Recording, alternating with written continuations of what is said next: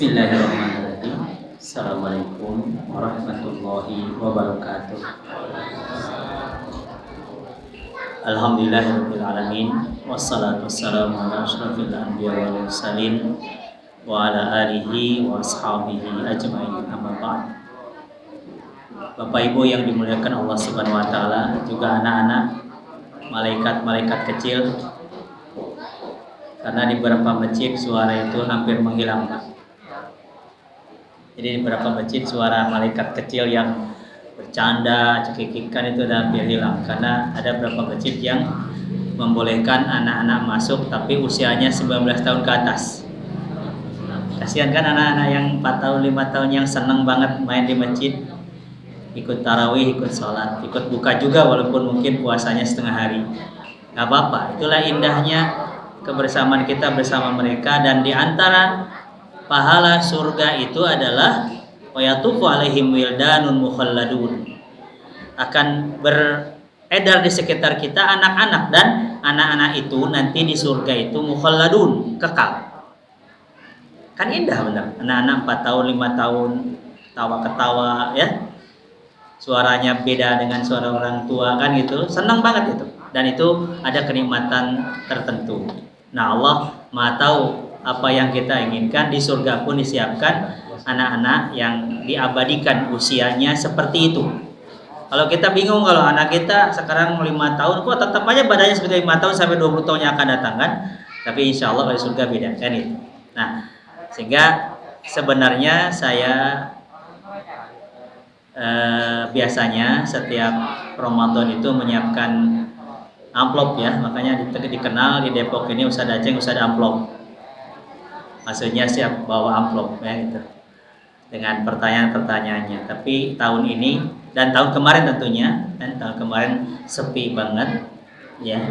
Dan di antara penandatangan fatwa itu saya sendiri sebagai sekretaris komisi fatwa, bahwa tahun lalu tidak ada tarawih, tidak ada Idul Fitri, bahkan Jumat pun tidak dilaksanakan. Sampai kita berapat lagi 1 Juni tahun kemarin, dan 5 Juni mulai diizinkan melaksanakan sholat Jumat dengan protokol kesehatan. Ya, kita ngelus dada sebenarnya, karena ya kalau kita takut oleh apapun, fafirru ilallah, larinya kepada Allah. Ya kan, larinya kepada Allah dan yang segalanya. Kalau kita takut oleh penyakit, ya mohon kepada Allah supaya tidak kena penyakit itu pada kita, kan gitu insya Allah. Nah, tapi alhamdulillah mungkin sekarang agak longgar dan mudah-mudahan terus menurun gitu kan. Tapi kasusnya ya kalau menurut berita hanya di beberapa provinsi saja yang masih zona merah ya. Cuman sedihnya bagi orang-orang kampung ya, kita kan pada merantau ya. Kita nggak boleh mudik tapi boleh piknik kita. Jadi tulisan di mobil kita, rombongan piknik ke Kawah Ijen gitu kan. Padahal bukan kampung. Ya, baik ya. Kita bersyukur kepada Allah malam ini pertemukan setelah 2 tahun ya dengan saya tidak bertemu. Kemudian juga kita tak lupa bahwa semua pemberian Allah itu adalah wajib kita syukuri. Diawali dengan pengakuan dalam hati kita bahwa seluruh nikmat adalah dari Allah. Itu satu tuh. Yang kedua tentu rukun yang kedua adalah ucapkan alhamdulillah lewat lisan kita. Tapi yang paling penting yang namanya syukur itu adalah mempergunakan segala pemberian Allah sesuai dengan kehendak Allah. Itu paling penting. Makanya kita datang dalam rangka ibadah kepada Allah, membawa segala yang diberikan oleh Allah berupa sehat, kuat, harta dan sebangsanya, dipakai sesuai dengan perintah Allah, sesuai dengan rencana Allah. Apa rencana Allah? Wa ma khalaqtul jinna wal insa illa liya'budun. Tidaklah aku ciptakan jin dan manusia melainkan untuk beribadah. Jadi ibadah kita itu hakikatnya bentuk syukur yang sesungguhnya. Kita bawa harta kita mungkin sekarang berupa baju, berupa pakaian, kemudian harta yang kita infakkan menjadi masjid yang kita tempati sekarang, berapapun itu tetap akan jadi catatan insya Allah dan bernilai luar biasa kan. Kemudian kita manfaatkan tempat ini, kita manfaatkan sehat ini dalam rangka ibadah kepada Allah, maka itu termasuk orang yang bersyukur kepada Allah. Ya. Nah, syukur kita mudah-mudahan tercermin dalam kegiatan Ramadan ini. Tadi pun dikatakan kan, la'allakum tashkurun, agar kalian bersyukur. Di Ramadan ini kita banyak bersyukur ya. Baik, salawat dan salam semoga senantiasa tercurah kepada qudwah hasanah kita Rasulullah sallallahu alaihi wasallam. Saya buka-buka atau cari-cari berapa kalikah firman Allah yang memanggil ya ayyuhalladzina amanu. Ternyata kurang lebih ini yang saya temukan 89 kali. Ya ayyuhalladzina amanu kutiba alaikumul qisas, ya ayyuhalladzina amanu kutiba alaikumus syiyam, kutiba alaikumul wasiyah, kutiba alaikumul qital. Kemudian ya ayyuhalladzina amanu idza qumtum ila shalah, dan segalanya banyak ya, sampai 89 kali. Timbul pertanyaan, sudahkah kita pantas menjadi orang yang beriman itu, yang pantas dipanggil oleh Allah Subhanahu wa taala? Karena orang Arab gunung, ya, Al-A'rab itu bahasa Arabnya, itu orang Arab gunung yang tinggalnya di pelosok-pelosok, nomaden, pindah-pindah. Dan adabnya agak berbeda dengan orang Arab kota. Mereka mengatakan dalam Al-Hujurat ayat 14, qalatil a'rab, orang Arab gunung berkata, amanna, kami beriman. Qul lam tu'minu, katakan oleh Muhammad, kalian belum beriman. Walamma yadkhulul iman walakin qulu aslamna, tapi katakan kami muslim. Walamma yadkhulul imanu fi qulubikum, karena iman itu belum masuk ke dalam hati kalian. Islamnya sudah, kita yakin semua muslim. Tapi pertanyaan iman kita sebatas apa? Iman kita seberapa derajat adanya di hati kita? Itu pertanyaan besarnya. Islamnya udah. Oke. Pembuka, sebagai pembuka, pertanyaan pembuka. Siapa yang bisa menyebutkan rukun Islam ke depan? Angkat tangan. Rukun Islam. Ada hadiah. Bisa kan pada pinter? Rukun Islam bisa? Lupa. Silakan yang mau jawab. Ya, pertanyaan masih berlaku. Siapa yang bisa menyebutkan rukun Islam? Tanya ke abinya, tanya ke abinya. Ke ibunya. Oh, silakan, ada. Di anak putri. Nanti itu pertanyaan akan terus berlangsung ya. Sebelum ada yang itu, Bapak teruskan dulu. Islam itu dohir, tampak, harus tampak.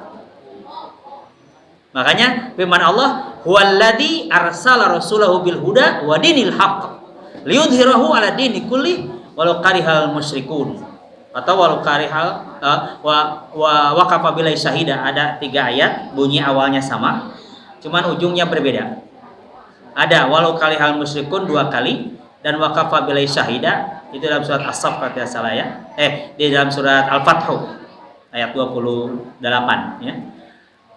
Artinya bahwa dialah Allah yang telah mengutus utusannya bil huda wa dinil haq, dengan membawa petunjuk dan agama yang benar. Itu agama yang benar adalah inna dina indallahi Islam. Sesungguhnya agama di sisi Allah adalah Islam. Liyudhhirahu ala dini kulli, untuk ditampakkan. Makanya Islam itu tampak, gak boleh sembunyi-sembunyi ya, harus tampakkan. Untuk itulah makanya Nabi bersabda, bunyal islamu ala khamsin, dibangun Islam itu atas 5 perkara atau 5 dasar, 5 pokok kan. Syahadati alla ilaha illallah. Adik-adik dengerin nih, Islam dibangun atas 5 pokok. Pertama, syahadati alla ilaha illallah wa anna muhammadar rasulullah, syahadat. Kedua, wa iqamis shalah, menegakkan salat. Ketiga, wa tu'tiyaz zakah, menunaikan zakat. Keempat, wa tasuma ramadan, saum pada bulan Ramadan. Dan kelima, wa tahujjal baita, ini sata'ta li sabila, menunaikan ibadah haji. Siapa yang bisa jawab rukun Islam ada 5? Silakan Adek.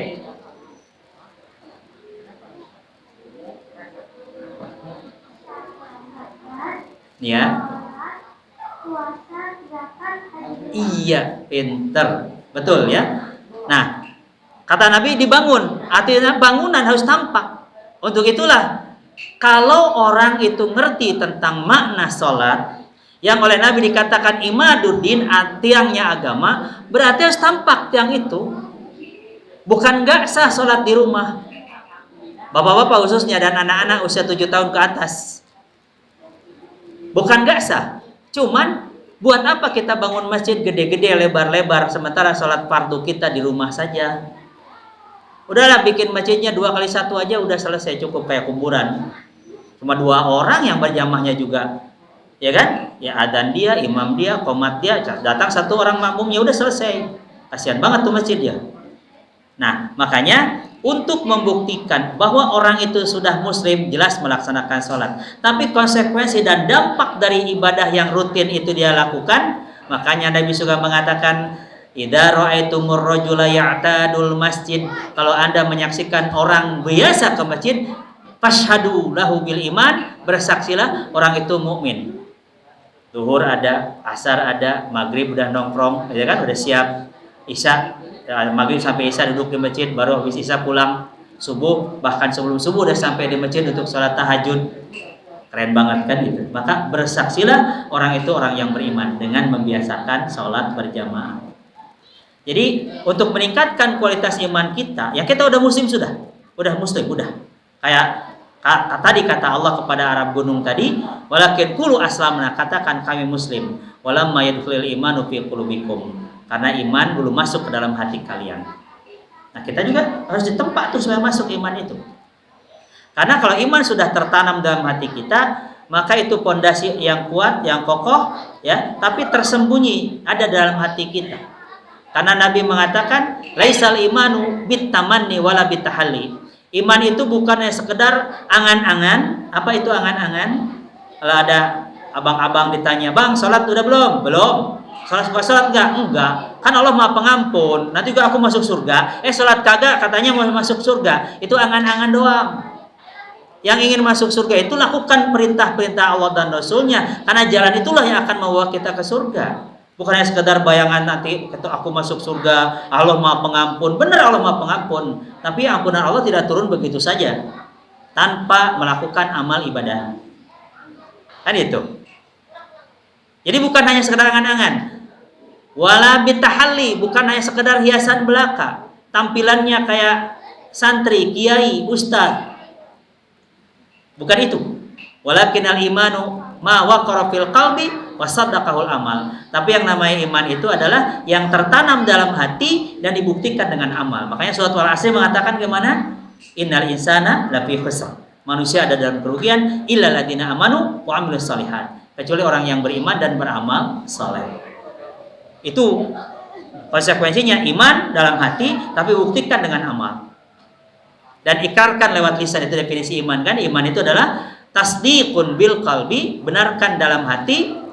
Adik-adik ada pertanyaan nih. Iman itu adalah tasdiqun bil qalbi, membenarkan dalam hati, iqrarun bil lisan, ikrar lewat lisan, wa amalun bil arkan, dan mengamalkan dengan anggota tubuh kita. Ada yang bisa menjawab, mengulangi? Iman itu apa? 1. Sebelum nanti ada rukun iman ya. Siap-siap yang bisa jawab rukun iman, tapi definisi iman dulu. Pertama apa? Benarkan dalam hati. Kedua, ucapkan lewat lisan. Ketiga apa? Lakukan dengan anggota badan kita. Siapa yang bisa ulangi 3-nya? Ayo. Ulangi 1 lagi. Iman itu adalah ikrar atau tasdik, membenarkan dalam hati. Kedua, ikrar lewat lisan, ucapkan. Dan ketiga, lakukan dengan atau laksanakan dengan amal perbuatan. Bisa? Yang ulangi itu? Ulangi 1 kali lagi nih. Masa udah 4 kali? 1, iman itu adalah membenarkan dalam hati. Ulangi ya, membenarkan dalam hati. Ingat tuh. Kedua, ucapkan lewat lisan. Ketiga, lakukan dengan perbuatan. Gitu aja dah gampangnya. Yuk, yang bisa ulangi. Adik-adik. 1. Kok ngacungnya begini di lutut? Ada adik? Silakan. Iman itu adalah membenarkan. Kedua. Ya, ketiga. Allahu Akbar gitu, gerakan. Melaksanakan dengan anggota anggota badan. Oke, betul. Alhamdulillah. Hadiahnya kasih ya. Pertanyaan berikutnya, sebutkan rukun iman. Tadi kan definisi iman, sekarang rukun iman. Ada berapa? Sebutkan. Ini nih depan nih. Kok lucu, udah ngangkat tangan. Ada 6 Mas. Mau bisa jawab? Tuh itu tuh. Tuh yang maskernya bagus tuh, mau menerkam tuh, lihat tuh. Ya Allah ya Rabbana, itu kayak harimau. Rukun iman ada? Hah? Ini mah 5, tapi ini satu lagi. Berapa? Rukun iman ada? 5 tambah 1 berapa? 6. Ya udah. Ayo, 1 iman kepada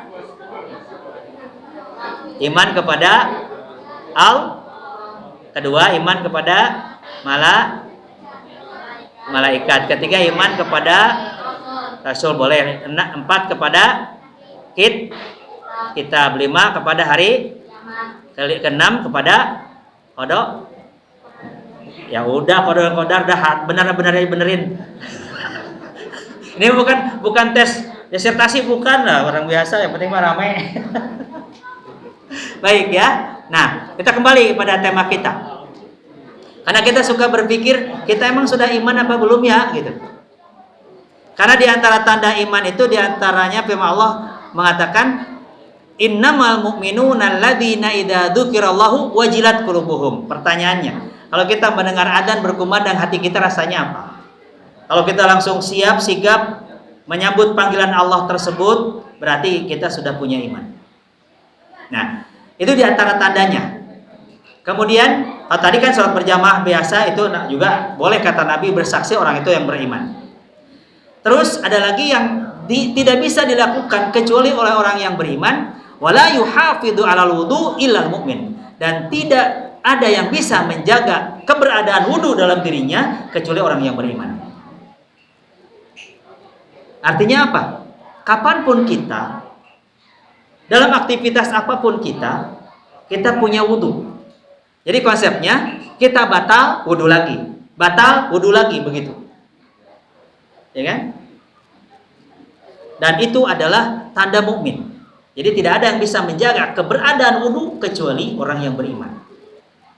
Nabi sedang wudu, tiba-tiba ada orang ngucapin salam, assalamualaikum ayuhan nabi warahmatullahi wabarakatuh. Kemudian Nabi nggak jawab, orang itu lewat, pergi karena sedang lewat. Selesai wudu, Nabi kejar, alaikassalam warahmatullahi wabarakatuh. Bukan lemot Nabi, bukan loading, enggak gitu kan. Tapi beliau mengatakan, aku tidak suka menyebut lafaz Allah dalam keadaan tidak suci. Kan jadi keren kalau kita punya wudu, ketemu teman, assalamualaikum warahmatullahi wabarakatuh, waalaikumsalam, anteng kita. Kenapa? Menyebut lafaz Allah dalam ucapan salam tadi, kita dalam keadaan bersih badan kita dari hadas. Nah, yang bisa menjaga keberadaan wudu selalu pada tubuhnya adalah orang yang beriman. Oh, banyak tanda-tanda iman itu. Sampai Nabi mengatakan, al-imanu bid'un wa sab'una syu'bah, atau bid'un wa sittuna syu'bah. Iman itu ada 60 sekian cabang atau 70 sekian cabang. Banyak pokoknya. Paling tinggi kalimat la ilaha illallah, yang paling tinggi kalimat la ilaha illallah. Kenapa paling tinggi? Karena orang yang ngerti bahasa itu, maka dia akan mengatakan bahwa tidak ada Tuhan yang pantas disembah kecuali Allah. Makanya Abu Lahab, emang orang Arab kan, ngerti banget itu. Ketika Nabi mengatakan di Bukit Safa waktu mengumpulkan orang-orang Quraisy, ayuhan nas, wahai sekalian manusia, qulu la ilaha illallah. Katakan la ilaha illallah tuflihu, kalian akan beruntung. Oh, langsung. Kalau yang lain nunduk, ngerti itu.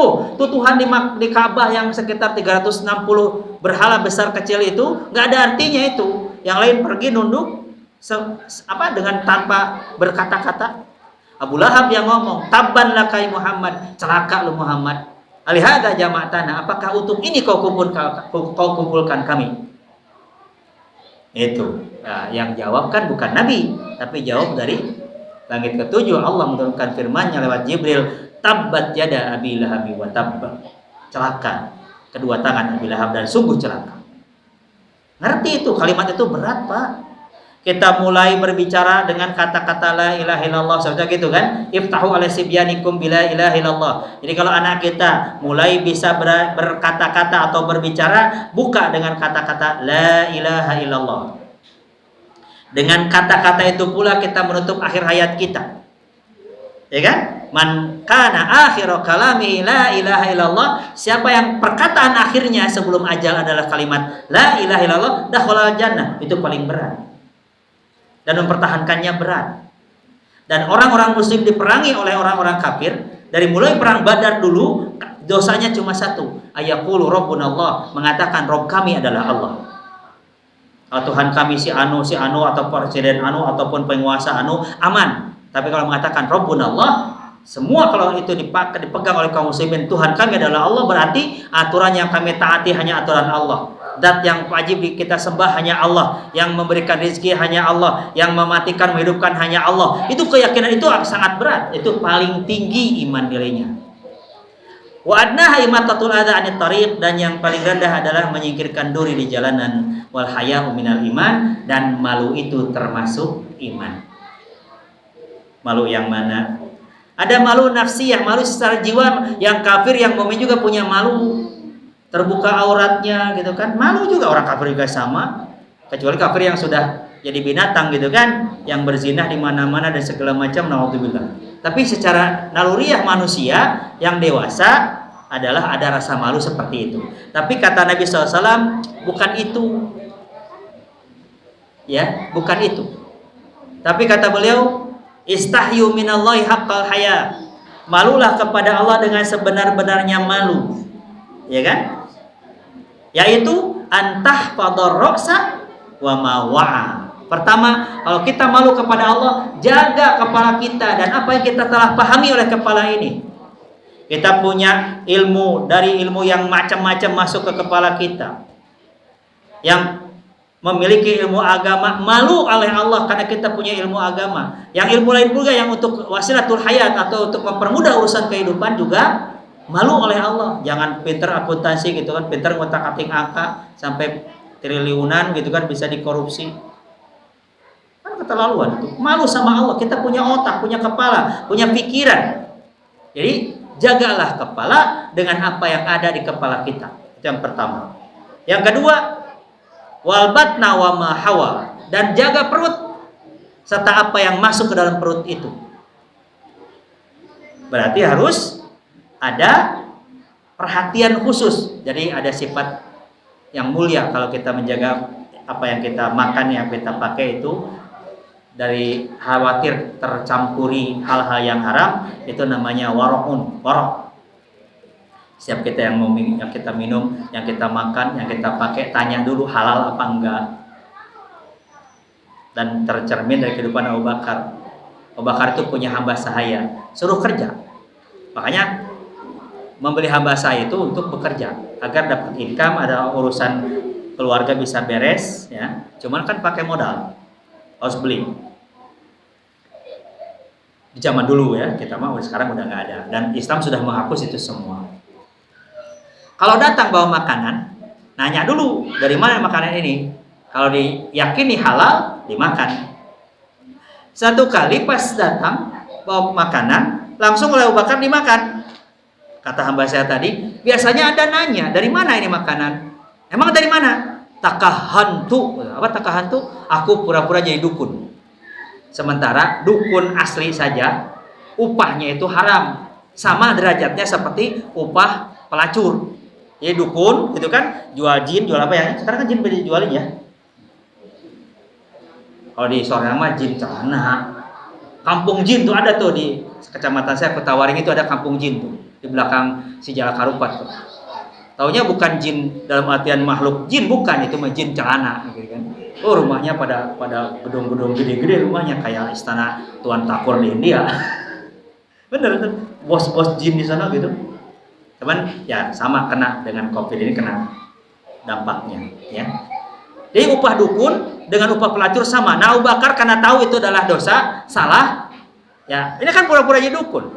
Dia kan ngimpulin orang. Akhirnya Abu Bakar mencolok kembali itu mulutnya dan memuntahkan kembali apa yang dimakan tadi. Itu namanya waraun. Jadi jaga perut dan isinya, ya kan? Jangan sampai isi perut kita diisi oleh aspal. Ada emang aspal masuk? Ada. Aspal seharusnya punya berapa? 5 cm, 7 cm, dikurangi 1 cm, lumayan kalau sampai 3 kilo, 30 kilo sana, 3 kali 3 cm, kalau lebarnya punya 8 meter. Lumayan kan? Asik banget itu makan aspal namanya. Makan beton, makan besi gitu ya. Alhamdulillah. Jaga perut dan isinya. Ya kan? Waltan kuril mauta wal balia, dan ingatlah kepada kematian dan masa rentak kita. Ingat kita. Berapa tahun sih usia kita? Jangan dianggap bakalan panjang, enggak. Ya. Dan kita yakini bahwa kalau kita orang yang beriman, sebenarnya kematian itu adalah kita akan bertemu dengan kekasih kita, kekasih utama. Rasulullah melihat seorang ibu sedang menggendong bayi. Dia nanya pada sahabat, apakah terbayang enggak ibu itu melemparkan anaknya, membuang anaknya? Kata sahabat, enggak mungkin Rasulullah. Nah, kata beliau, lallahu arhamu bi ibadihi minal ummi li wadadiha. Allah sungguh lebih sayang kepada hambanya daripada ibu tersebut kepada anaknya. Jadi kalau kita menanamkan keimanan dalam hati kita, bahwa ketika kita meninggal dunia hakikatnya akan bertemu dengan kekasih kita. Karena di antara orang yang akan merasakan nikmatnya iman itu salasun wajada fihi halawatul iman, ada 3 golongan orang yang akan merasakan manisnya iman. Ayakunallahu wa rasuluhu ahabba ilaihi mimma siwahuma. Dia menjadikan Allah dan Rasulnya lebih dia cintai daripada yang lain-lainnya. Itu akan merasakan nikmatnya iman. Lebih dia cintai, itu kata cintanya itu harus dipahami benar. Yang kedua, wa yuhibbal mar'a la yuhibbuhu illa lillah. Tidak mencintai seseorang kecuali karena Allah. Dan yang ketiga, wa an yakraha ayyauda fil kufri kama yakrahu ayyuqdafa finnar. Dia benci kembali kepada kekufuran, kejahiliahan, kepada kita sebelum mendapatkan hidayah, sebelum kita hijrah. Benci banget kembali ke sana sebagaimana kita benci kalau dicampakkan ke dalam api neraka. Nah, kata Nabi SAW, orang yang malu kepada Allah adalah orang yang tadi itu jaga kepala dan isinya, jaga perut pula dan yang terkandung di dalamnya. Ingatlah kematian dan ingatlah masa rentak. Dan terakhir, paman aradal akhirah, siapa yang ingin ketemu dan berada atau sampai kepada akhirat dengan baik, sukses, ya kan?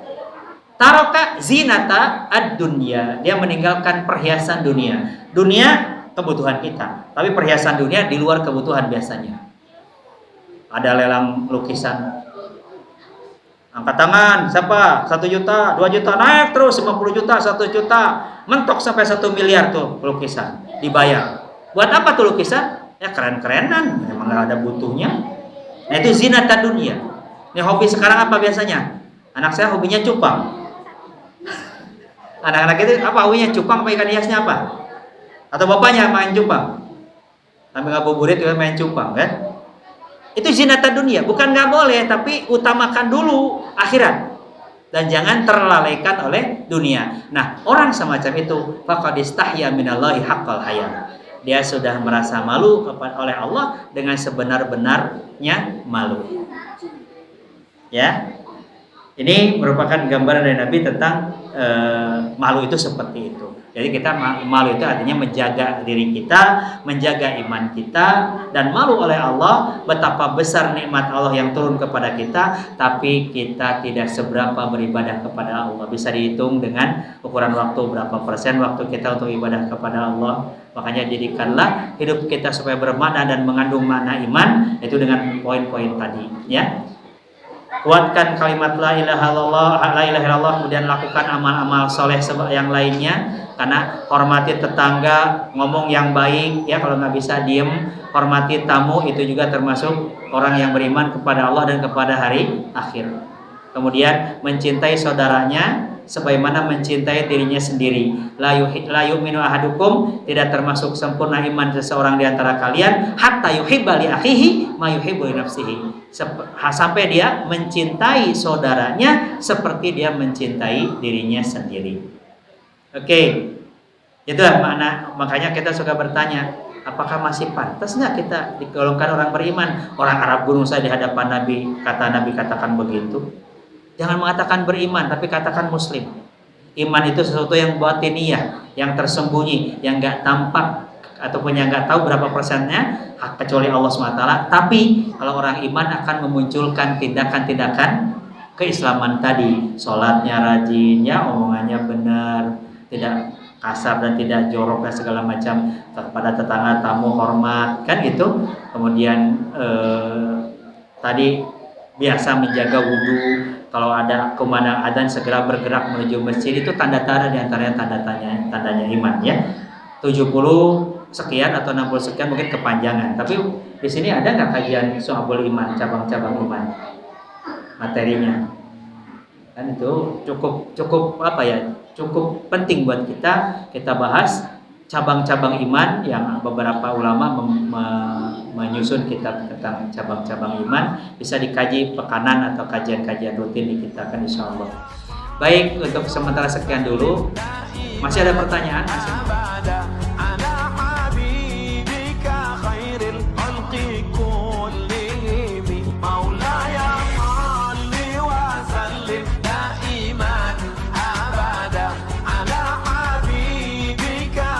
الخلق